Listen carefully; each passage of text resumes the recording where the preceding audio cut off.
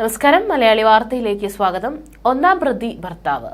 മാന്നാറിൽ 15 വർഷം മുൻപ് കാണാതായ കലയെ കൊലപ്പെടുത്തിയത് യുവതിക്ക് മറ്റൊരാളുമായി ബന്ധമുണ്ടെന്ന സംശയത്തെ തുടർന്നെന്ന് പോലീസിന്റെ പ്രാഥമിക അന്വേഷണ റിപ്പോർട്ട്. കലയെ കൊലപ്പെടുത്തിയത് പെരുമ്പുഴ പാലത്തിൽ വെച്ച് ഒന്നാം പ്രതി ഭർത്താവ് അനിൽ. പ്രതികൾക്കെതിരെ കൊലക്കുറ്റം. മനുഷ്യ മനസാക്ഷിയെ ഞെട്ടിക്കുന്ന സംഭവമാണ് മാന്നാറിൽ നടന്നത്. ഒരിക്കലും കണ്ടുപിടിക്കില്ലെന്ന് കരുതിയ കൊലപാതകം ഒരു പരാതിയുമില്ലാതെ 15 വർഷത്തിനു ശേഷം പുറത്തായി. മാന്നാറിൽ 15 വർഷം മുൻപ് കാണാതായ ശ്രീകല എന്ന കലയെ കൊലപ്പെടുത്തിയത് യുവതിക്ക് മറ്റൊരാളുമായി ബന്ധമുണ്ടെന്ന സംശയത്തെ തുടർന്നെന്ന് പോലീസിന്റെ പ്രാഥമിക അന്വേഷണ റിപ്പോർട്ട്. കേസിൽ കലയുടെ ഭർത്താവ് അനിലാണ് ഒന്നാം പ്രതി. പെരുമ്പുഴ പാലത്തിൽ വെച്ച് അനിലും 2, 3, 4 പ്രതികൾ ചേർന്ന് കലയെ കൊലപ്പെടുത്തിയെന്നാണ് കേസ്. ശേഷം മാരുതി കാറിൽ മൃതദേഹം കൊണ്ടുപോയി മറവ് ചെയ്തു. പിന്നീട് തെളിവെല്ലാം പ്രതികൾ നശിപ്പിച്ചു. 2009 സംഭവം നടന്നത്. ജിനു, സോമൻ, പ്രമോദ് എന്നിവർ യഥാക്രമം 2, 3, 4 പ്രതികളായ കേസിൽ എല്ലാവർക്കുമെതിരെ കൊലക്കുറ്റം ചുമത്തി. എന്നാൽ പ്രതികൾ എങ്ങനെയാണ് കലയെ കൊലപ്പെടുത്തിയതെന്നോ എവിടെയാണ് മറവ് ചെയ്തതെന്നോ എഫ്ഐആറിൽ പറയുന്നില്ല. 15 വർഷം മുൻപുള്ള തിരോധാന കേസിലാണ് ഇപ്പോൾ സത്യം മറനീക്കി പുറത്തുവരുന്നത്. ശ്രീകലയുടെയും അനിലിന്റെയും പ്രണയ വിവാഹമായിരുന്നു. അന്ന് ദക്ഷിണാഫ്രിക്കയിലായിരുന്നു അനിലിന്റെ ജോലി.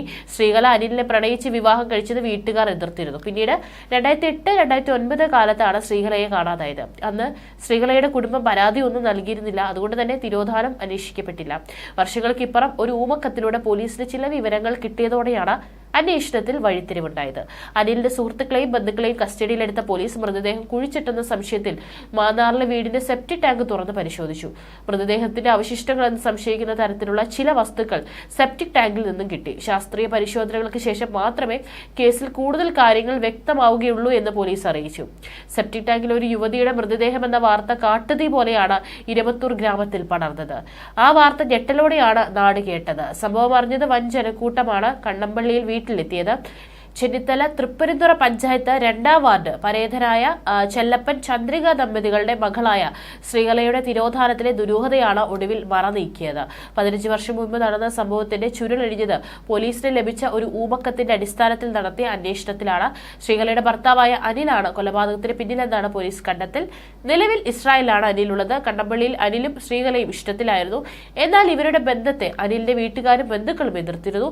എതിർപ്പുകൾ അതിജീവിച്ചാണ് 2007 ഇവർ വിവാഹിതരായത്. അനിലിന്റെ വീട്ടിൽ ശ്രീകലയെ താമസിപ്പിക്കാൻ വീട്ടുകാർ തയ്യാറായില്ല. തുടർന്ന് ഇവർ പല വീടുകളിലായി വാടകയ്ക്ക് താമസം തുടങ്ങി. പിന്നീട് വീട്ടുകാരുമായി സൗഹൃദത്തിലായി ഒരുമിച്ച് താമസമായി ഇവർക്കൊരു ആൺകുഞ്ഞും പിറന്നു. ഇതിനിടയിൽ കടബാധ്യത തീർക്കാൻ അനിൽ വിദേശത്തേക്ക് പോയി. എന്നാൽ ഇതിന് പിന്നാലെ ശ്രീകല മറ്റൊരു പുരുഷനുമായി ഇഷ്ടത്തിലാണെന്നുള്ള സംശയവും വീട്ടുകാരിലുണ്ടായി.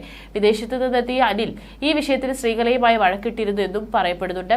തുടർന്നാണ് പെട്ടെന്നൊരു ദിവസം ശ്രീകലയെ കാണാതായത്. കലയെ കാണാനില്ലെന്ന് അനിലിന്റെ അച്ഛൻ തങ്കച്ചൻ മാന്നാർ പോലീസിൽ പരാതി നൽകിയിരുന്നു. ശ്രീകലയെ കാണാതായപ്പോൾ അവർ മക്കളെയും തന്നെയും ഉപേക്ഷിച്ച് മറ്റൊരാൾക്കൊപ്പം പോയതാണ് ഭർത്താവ് അനിൽ പറഞ്ഞത്. നാട്ടുകാരോ ബന്ധുക്കളോ പോലീസോ പോലും കാര്യമായ അന്വേഷണം നടത്തിയില്ല. നാളുകൾക്ക് ശേഷം അനിൽ മറ്റൊരു വിവാഹം കഴിച്ചു. ഈ ബന്ധത്തിൽ 2 കുട്ടികളാണ് അനിലിനുള്ളത്. ശ്രീകലയുമായുള്ള വിവാഹത്തിലും ഒരു മകനുണ്ട്. അനിലിന്റെ വീട്ടുകാരോടൊപ്പമാണ് ഈ കുട്ടിയും താമസിക്കുന്നത്. 3 മാസത്തിന് മുൻപാണ് അനിൽ ജോലിക്കായി ഇസ്രായേലിലേക്ക് പോകുന്നത്.